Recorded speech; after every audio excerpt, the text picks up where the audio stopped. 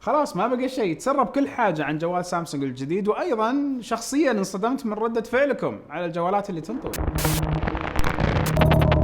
السلام عليكم ورحمة الله وبركاته، أخوكم فيصل السيف وحلقة جديدة من أخبار أول بأول في التقنية والعلوم. أبدأها بأكيد التسريب اللي طلع كل المعلومات لنفس سلسلة الاس 20 من شركة سامسونج. هذا التسريب اللي وضح لنا أنه حواف الجوال حتكون مختلفة عن سلسلة الاس 10، وأيضا بين لنا أنه حيكون في بانش هول، الكاميرات الأمامية موجودة بزاوية أكبر موجودة أمام الشاشة، والشيء اللي شفناه أصلا مع نفس الاس 10 والاس 10 بلس. من ناحية التوقعات زي ما ذكرتها أول، المتوقع أنه S20 S20 Plus و S20 Ultra. Ultra هو للعين عليه، 5 كاميرات موجودة وراء البنتا كاميرا سيستم اللي هي 5 كاميرات، أيضا كاميرا منهم 108 ميجا بكسل، والكاميرات الباقية بين ال 12 وبين ال 6 وأشياء جدا كثيرة. وهالكاميرات حتساعد في تصوير وأخذ محتوى جدا قوي. فحتى ال 8K حيكون موجود على كل الجوالات بتردد 30 إطار في الثانية حسب التسريبات. وأيضا نتكلم على المعالج الأخير من سامسونج والأخير من كوالكوم، وقوة جدا عالية في الشاشة، مع حتى التردد اللي قد يصل إلى 90 هرتز، مو 120، 90 هرتز. وهنا حنلاحظ أن سلسلة الاس 20 وبعد ما تسربت لها كامل المعلومات هذه، المؤتمر مهم وأكيد إن شاء الله بكون معاكم هناك بإذن الله من نفس المؤتمر. بس سامسونج ليش بانت معلوماتهم أكثر من العادة؟ لأنه عن نفسي أرى التخطيط حقهم والتنفيذ أسرع من العادة، بحكم الرتم اللي نشوفه منهم كل سنة. تتأخر الأجهزة شوي، تكون على شهر 3 بعد المؤتمر بأسبوعين 3. وأيضا هالمرة وهالسنة من بدايتها حسستنا وأشعرتنا سامسونج أنه مهتمين بإطلاق أجهزة كثيرة. بدأوا السنة بإس 10 نايت ونوت 10 لايت، طلعوا نسخ لايت ما كنا متوقعينها، وبعدها بشهر عندنا الحين حيكون الاس 20 بالسلسلة كاملة حقته. وأيضا الجوال اللي ينطوي اللي هو الزي فولد. هذه الأجهزة وكثرة الأجهزة وكثرة الإطلاقات المتتالية تعني حيكون في إخفاقات في تخبية الأشياء اللي لازم ما تطلع للناس.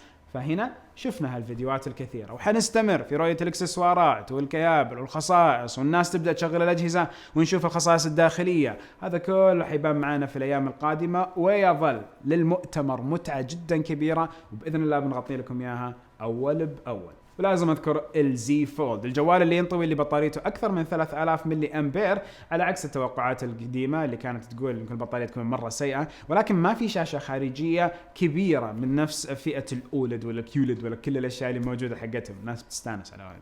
وايضا في ستريب صغير يبين لك فيه تنبيهات من المعلومات الخارجيه والشاشه الخارجيه. بس هذا الجوال حيحمل شاشه ممتازه تمثل نفس اسلوب الفولد الاول باسلوب الفولد بالجوال الثاني اللي ينطوي. السعر هو اللي حيكون الضربة الأكبر، ما حينزل عن $1000، حيكون حول $2000. هذا إذا بيجيب نفس سعر الفولد الأول، فمنطقيا أنه ما يجيبها، ولكن يمكن يكون $1500، حوالي 5000 ريال بدفع على هذا الجوال. من الحين يبين لنا نجهز معها، فضلا لأن عندنا مجموعة أجهزة كثيرة. فأوكي لو جبنا الألترا حق الاس 20 وجبنا الزي فولد وصلنا خلاص تقريبا 10000. يبغالي لسه كمان اجمع اكثر فلوس على اساس ايش؟ اجيب البي 40 من هواوي. وهالجوال اللي من التسريبات عرفنا انه في كاميرا 52 ميجا بكسل، وايضا نفس المعالج الاخير من نفس هواوي. وبالتاكيد لو تكلمنا عن عدم وجود خدمات جوجل، خلاص بدينا نقتنع ونتأكد انه هالموضوع ما يفرق مع هواوي اصلا. في سفرة الاخيرة من دبي قبل امس وكنت اغطي لكم الاوراكل اوبن وورلد، لاحظنا في كل مكان تغطية الميت 30 برو والدعايات والاعلانات. رسميا عندنا في المملكة بيوم 14 يناير كان المؤتمر، والمؤتمر الرسمي من خلاله تم اطلاق نفس الجوال. ما في خدمات جوجل، قاعد يطلق بشكل رسمي والامور زي الفل. نزلت الفيديو على اليوتيوب جاب حوالي 400 ألف مشاهدة خلال كم يوم، خلال اسبوع. والفكرة انه هذا الجوال ما في خدمات جوجل، الناس ما تهتم زي اول. ليش؟ لانه في طريقة تقدر تنزلوا فيها خدمات جوجل، وبالتالي هواوي حتبيع. إيش ما نزلت جوالات حتبيع، وشركة جوجل إلا ما تغض النظر عن مسألة وضع الأنظمة والتطبيقات على جوالات هواوي اللي ما حصلت على الترخيص. ليش؟ عشان هي أيضا تستفيد. ما التطبيقات انتشارها يعني انتشار فلوس، انتشار مبيعات، انتشار أشياء كثيرة. فليش أصلا جوجل تدقق عليهم بزيادة؟ فسنة مرة رايقة. وصلنا الحين ل 15,000 تجميع. خلينا نكمل الحلقة ونشوف شو يصير. ولهذا لحظة سألتكم الحلقة الماضية الجوال اللي انطوي لو كان موجه للنساء فإيش وضعه معاكم؟ حسب الاستفتاء نعم ما تفرق معي أصلا حاخذ هذا الجهاز. هذا يتكلم 30%، 20% الموضوع يبغى له تفكير، و49% قالوا لا خلاص ما نبي الجهاز، يعني ما همنا الجهاز إذا كان موجه للنساء. بطبيعة الحال ما أظن أبدا سامسونج توجه الجوال للنساء، كانت تصير زمان، كانت تصير قبل 15 سنة. كان في أجهزة توجه من سوني إريكسون، كان في أجهزة من نوكيا موجهة بنسخ خاصة للنساء، فهذا الأمر لو رجع ما حتفرق، بس حتكون نسخة مو السلسلة كلها مخصصة للنساء، على عكس التسريبات اللي طلعت تقول للنساء. لا مستحيل يكون زي كذا. بسم الله تبارك الرحمن، مبروك على كل اللي فازوا معانا ب10 سنوات محتوى، ولسه الشهر طويل إن شاء الله، باقي 15 جهاز بإذن الله. نتكلم مبروك جمال محمد الباز، آلاء إبراهيم، ممدوح المطيري، لولو البداح، خالد الدوسري، شذر العنزي، إبراهيم الصرنوخ، كلكم مبروك عليكم الأجهزة. وأصلا أنتم أثناء ما قاعدين تشاهدوا هذه الحلقة تم إعلان الفائزين أيضا بالجوال رقم 15 من أصل 31 جوال، وهذا الجوال انسحب عليه على سناب شات، هذا الحساب حقي حق سناب شات، على أساس نشوف مصداقية السحب وكل شيء، أساسا الحمد لله عارفيني. أيضا الأجهزة مستمرة وعلى مختلف المنصات، فحيكون في أجهزة كثير خلال هذا الشهر. وشيء وضحته على سناب شات، إذا صارت هذه المسابقة وسويت 31 جهاز خلال هذا الشهر، باقي السنة وش بسوي؟ حيكون في أشياء لازم تتشوقوا لها بإذن الله.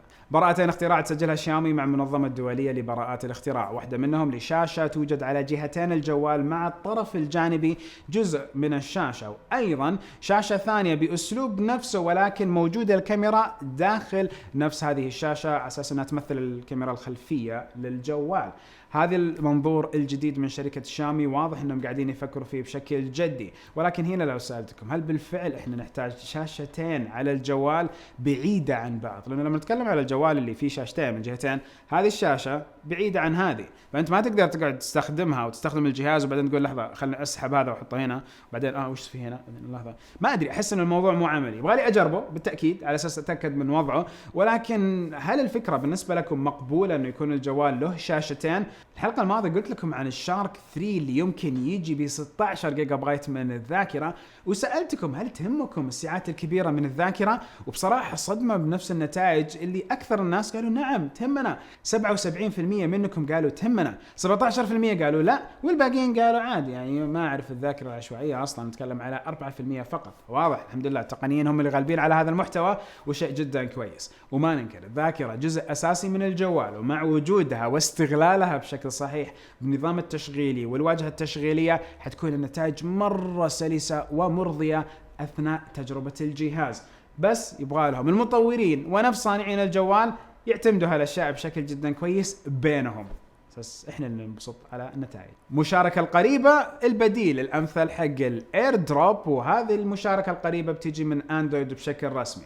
أكيد في تطبيقات كثيرة تمكنك من إرسال واستقبال الملفات بشكل سهل على منظومة الأندرويد، ولكن نير شير باي إذا جاء الاسم هذا هو الشيء الأخير حيكون الأسلوب الجديد على جوالات الأندرويد لمشاركة الملفات، وحتعطينا نفس المنظومة الخرافية اللي موجودة في مشاركة الملفات في نظام الإير دروب مع نفس شركة آبل. شركة آبل منظومة واحدة في الإير دروب ساعد وبين أن الأمور جدا كويسة، ولكن لما نتكلم على أندرويد كون وجود شركات كثيرة تنتج جوالات على هالنظام ما صار في أسلوب موحد لنقل الملفات، فهنا جوجل هي اللي لازم تضبط الأمور مع أندرويد، إنه أندرويد هو يستحدث هذه المنظومة اللي الكل يستفيد منها، عشان ما يكون عندنا شيء الهواوي، شيء السامسونج، شيء السوني في المشاركة، صح؟ فهنا هذا هو التطبيق الأساسي اللي المفروض يجي من نفس أندرويد، وحيمكن اتصال سريع ما بين الجهاز وبين الجهاز الثاني عن طريق البلوتوث، تنتقل نفس الإشارة بعدها للواي فاي للداك نفسه عن طريق الواي فاي، وهنا يتم إرسال الملفات بشكل جدا سريع وقوي. حيكون فيها شيء زي مشاركة ملفات، مشاركة شاشات، روابط، وكل حاجة زيها زي أسلوب المشاركة اللي شفناه في نظام الأندرويد من خلال بعض التطبيقات، ولكن من النظام فهذا الأمر حيسهل طريقة المشاركة اللي المفروض تصير. بس تعرفوا وش الشيء الأمثل والخرافي؟ ولا واعطوني رأيكم، إذا كان نفس النير شير باي أو شير نير باي متوافق مع إير دروب على طول بين الجوالات، ترسل بشكل كويس بين منظومة الاي او اس وبين منظومة الاندرويد، كذا حيصير شيء خرافي.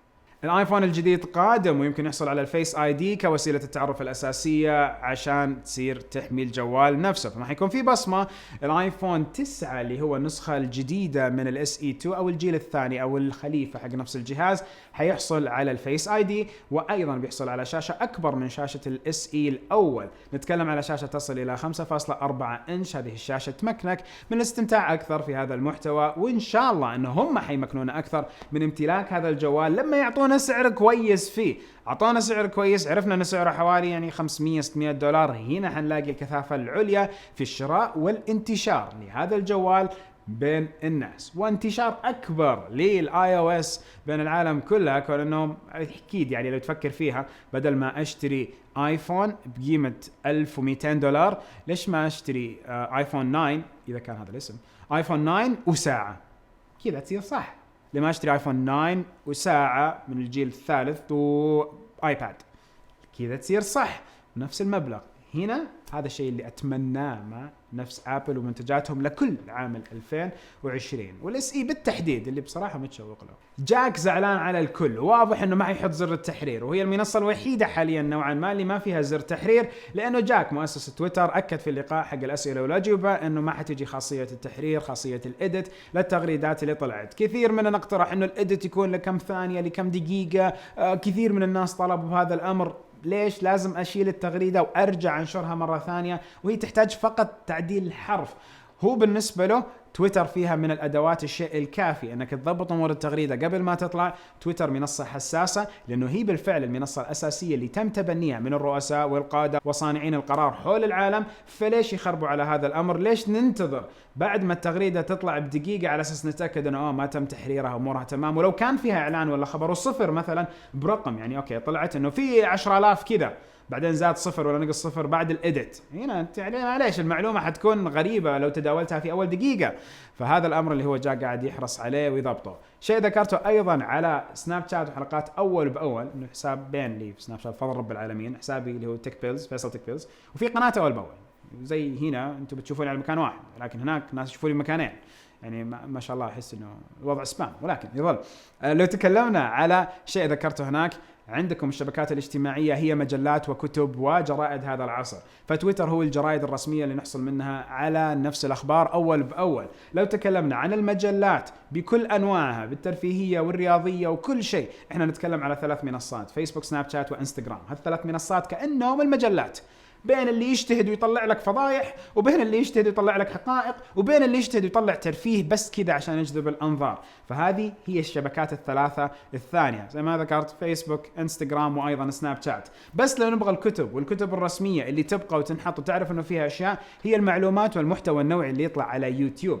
فدائما لما ناخذ قرار شراء جهاز أو نشوف خدمة أو نبغى نعرف تفاصيل أمر محدد في العالم، حنروح ليوتيوب ونبحث فيه كأننا قبل 20 سنة دخلنا مكتبة نبغى نبحث في هذا الموضوع. إذن هذه هي الشبكات الاجتماعية، ما ألغت الكتب والمجلات والجرائد، ولكن استبدلت طريقتهم، وهنا لقت انتشار أكثر. وكل عصر له أموره وأزمنته. وهنا أنتقل للأمان والسكيورتي لما نتكلم على الرئاسة الأمريكية اللي زعلانة جدا من شركة أبل. والرئاسة الأمريكية تقول أنه إحنا واقفين مع شركة أبل في مسألة التجارة ضد الصين ومسألة نفس الرسوم اللي مفروض تفرض عليهم في الاستيراد، وإحنا واقفين معاهم. ولما جاء مجرم موجود كان مع آيفون، أبل ما تبغى تساندنا وتفك الجوال. أوكي، نرجع للأحداث لعام 2018، صار نفس الأمر. وكان في أحد الأحداث اللي مرتبطة بالإرهاب وكان فيها آيفون. الآيفون رفضت شركة أبل أنه تفتحه، بس في النهاية لقينا أن المعلومات طلعت من الآيفون، وفي واحد اكتشف طريقة وسواها ومدري إيش وساند فيها وفكوا الآيفون وضبطوه. وأبل استمرت أنه أنا ماسكين أمورنا وكل شيء. وبعدها بشهرين 3 بنص سنة بسنة كل ما له قاعد يجي لقاءات وأشياء بين الرئاسة الأمريكية وشركة أبل. في فرق بين الأشياء اللي تطلع للإعلام، وفي فرق بين الأشياء الواقعية اللي تصير. وكذا أترككم بالحلقة هذه نفسها وأقول سبحانك اللهم وبحمدك أشهد أن لا إله إلا أنت أستغفرك وأتوب إليك. معليش لو تو ما وضحت الأمر، أنا القصد إنه إحنا من فوق الطاولة قاعدين نتخانق ومن تحت الطاولة مسلمين على بعض، وهذا مجال موجود في التقنية. فكلنا كنا نقول إنه سامسونج وأبل يخانقوا بعض ويضاربوا بعض، وبعدين لما نشوف أرقام التجارية حقت الاثنين حنلاقي سامسونج تبيع لأبل كمية ضخمة من القطع. هذه الدنيا. في نهاية الحلقة أشوفكم على خير، خليكم مشتركين وفعلوا التنبيهات، ولا يفوتكم 10 سنوات محتوى عشانكم.